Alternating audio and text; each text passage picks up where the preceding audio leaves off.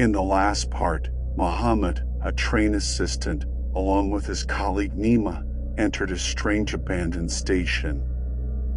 Inside, they were consumed by fear and darkness. Mysterious sounds and eerie feelings pushed Mohammad to run, but the exit slammed shut, trapping him inside.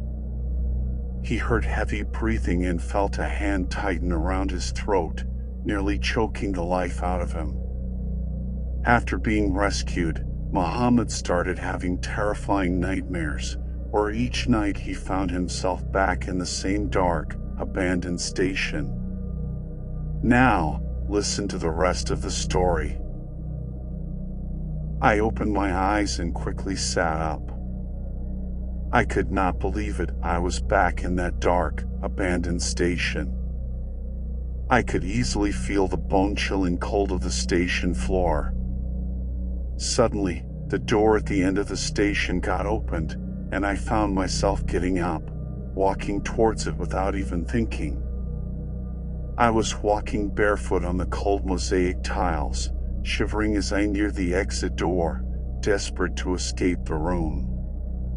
But just as I reached for the handle, the door slammed shut with force. From behind me, I heard the same arguing voices again, but somehow, I had grown used to the fear. I turned and shouted, "Why will you not leave me alone?" From the depths of the darkness, a terrifying, shadowy figure emerged. Its voice was cold as it said, "You will pay for what you did to my child." It almost reached me when suddenly, something seemed to stop it. The arguing voices grew louder again. I seized the moment and dashed for the door. Just as I pulled the handle down, I woke up. I found myself back in my bed, shivering from the cold as the blanket had slipped off. I got up, turned on the light, and went to the bathroom. As I reached for my slippers, I caught a glimpse of my feet and froze. The soles of my feet were pitch black, proving I had truly been in that abandoned station. I sat down and began to cry, feeling lost in time and space, confused and scared. I did not know why these nightmares would not stop tormenting me. I felt desperate and hopeless, and as always, when I had nowhere else to turn, I called out to God. After a while, I calmed down, washed my feet, changed my clothes, and returned to bed. But I could not sleep. I was terrified that if I slept again, the same horror would repeat itself. Yet the sedatives I had taken did their job, and an hour later, I fell asleep. I woke up again in that same abandoned station, hearing the voices of those two creatures arguing. I glanced at the station door, but this time, it was open. I wanted to move toward it when suddenly, the voices stopped, and I felt someone pass by me. A voice whispered, "Follow me." The tone was strangely reassuring, and I followed without question. Indeed, I had no other choice. Once outside, I saw a man dressed in white who pointed toward a distant place and said, "I cannot hold them off any longer. Go to a nearby village before getting too late. A man named Ahmad is waiting for you." I woke up abruptly. The first thing I did was check my feet. Once again, they were as black as they had been before. It was nearly dawn. I dressed and took a taxi to my workplace. I arrived there too early. After a while, Nima arrived. I told him about my dream, and we decided to go to the village near the abandoned station together. Some of our coworkers had told Nima that the village had been deserted and no one lived there. We drove for about an hour and a half to reach the village, but we found ruined and abandoned houses. We got out of the car and looked around. It did not seem like anyone had lived there in years.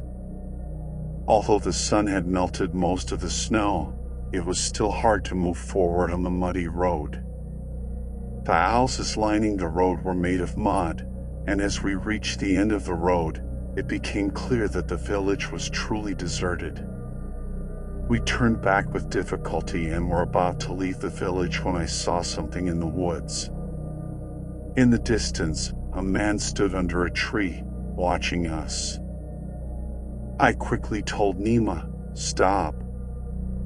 I got out and walked toward the man, and as I got closer, I was shocked to realize he was the same man from my dream.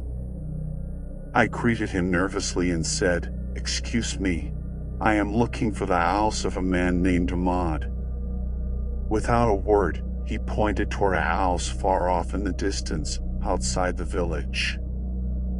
I was frightened, wondering how Nima and I had not noticed it earlier. Afraid to look him in the eye, I lowered my head, thanked him, and quickly returned to the car. I hurriedly got in and told Nima, "You will not believe this." Nima looked at me and said, "Why do you look so pale? Did you find the house?" I told him, "That man showed me where we need to go." Nima glanced around and asked, "Who are you talking about?" I turned to look again, but there was no one by the tree. I told him, "You mean you did not see the man standing under the tree who gave me directions?" Nima shook his head and said, "I saw no one. I thought you got out to take another look at the village." I was overwhelmed by the strangeness of everything that had been happening to me. I told Nima, "Forget it, head back toward the village." I found the house. As we drove past a large hill, the house that the man had pointed to came into view. Nima, surprised, asked, "How did we miss this house earlier?" I replied, "It was hidden behind the hill." We stopped in front of the house, and just as we were about to knock, the door opened, and an old man appeared in the doorway. He greeted us warmly. I greeted him back and asked, "Is this Ahmed's house?" He smiled and said, "I am Ahmad. Please, come inside." Nima, who had been skeptical until that moment, was taken aback and said, "Oh my God." The old man smiled again and said, "I have been expecting you. Come in." We entered Ahmed's house, which was in better condition than the other houses in the village. He led us to a room and, after we sat down, asked, "Well, tell me what has been happening to you." I began recounting the strange events I had experienced, and Ahmad nodded with understanding, saying, "I know." After hearing him repeat this a couple of times, I asked, "How do you know all of this? And who was that man from my dream, the one who disappeared by the tree today?" Ahmed's piercing eyes met mine as he said, "That snowy night when these things started happening to you, my friend saw you and informed me that you had accidentally entered the abandoned station. Did you not know that jinn and evil spirits make such places their homes, and you should never set foot there? You hurt one of their children when you ran away." At that moment, I remembered the scream I had heard that night while running. I asked, "What should I do now?"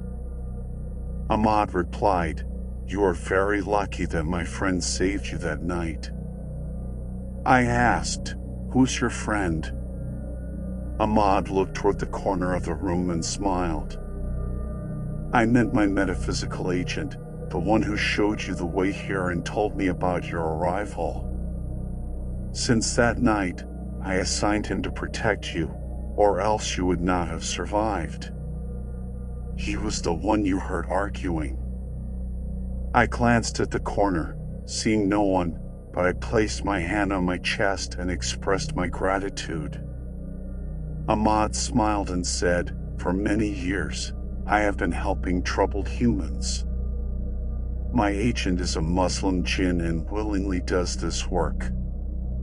Last night, with his help, I summoned the entity that was tormenting you and told it to leave you alone. At first, it refused, but when it saw I was serious, it had no choice but to agree." Hearing this, I felt relieved and asked, "So it will not bother me anymore?" Ahmad said, "No, but it has one request in return. You must fulfill it." I told him, "I will do whatever it takes. I am tired of living in fear."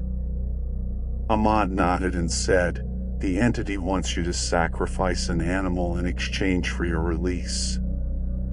Buy a black goat and take it to the abandoned station, then sacrifice it there, and come back immediately." I trembled at the thought and said, "Please do not make me go back to that station." Ahmad looked at me and said, "You have no other choice. But do not worry, my friend will be there to protect you." His words gave me some comfort. I turned to Nima and said, "You are the one who got me into this, so you have to come with me." Nima looked at me apologetically and said, "I know, I am sorry. I will come with you." I then asked Ahmad, "How will your friend accompany us?" Ahmad smiled and said, "He will be there before you arrive. And I have ordered him to stay with you until this matter is resolved." I tried to kiss Ahmad's hand, but he would not let me. He refused any payment for his help, and I did not know how to thank him enough. As we left, I promised myself that once my problem got solved, I would return to the village to give Ahmad a gift in gratitude. Nima and I returned to the city that day, bought a black goat, and headed toward the station. It was dark when we arrived, and the closer we got, the faster my heart raced. We parked next to the abandoned station. Nima asked, "Should I come with you?" I turned and gave him such an angry look that he immediately said, "All right, I am coming."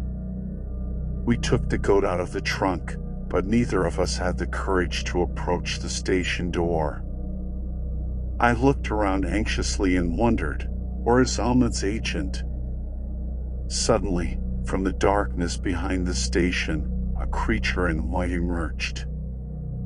I recognized him immediately. He gestured for us to follow him. We started walking, and after a few steps, Nima stopped and asked, "Can you do the rest by yourself?" I turned toward him, ready to curse at him, when suddenly a voice in my mind said, "Do not worry, I will protect you." The voice was so calming that I immediately turned back around and walked toward it. I greeted the creature, and he returned the greeting. He stood at a distance, watching me. I was no longer afraid of him. His gentle gaze gave me an odd sense of peace. I quickly tied the legs of the goat that I had brought with me and laid it down on the ground.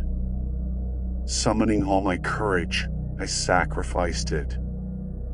When I lifted my head, the creature was gone. I looked around, but there was no sign of it. Suddenly, my eyes fell on the station's door, and I realized that silence had taken over the entire station. Terrified, I ran toward the door and quickly left the place. We got into the car, and I told Nima to go. As we drove away, I felt an overwhelming sense of lightness. After we returned to the city, Nima dropped me off at my house before saying goodbye and leaving.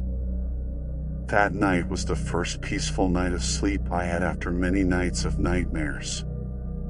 Thanks to Mohammad and his friend, I had finally been free from those entities. I am grateful to God for not abandoning me during those difficult moments. Many years have passed since that event, and I have become a father and even a grandfather, but I have never forgotten the bitter memories of that haunted station.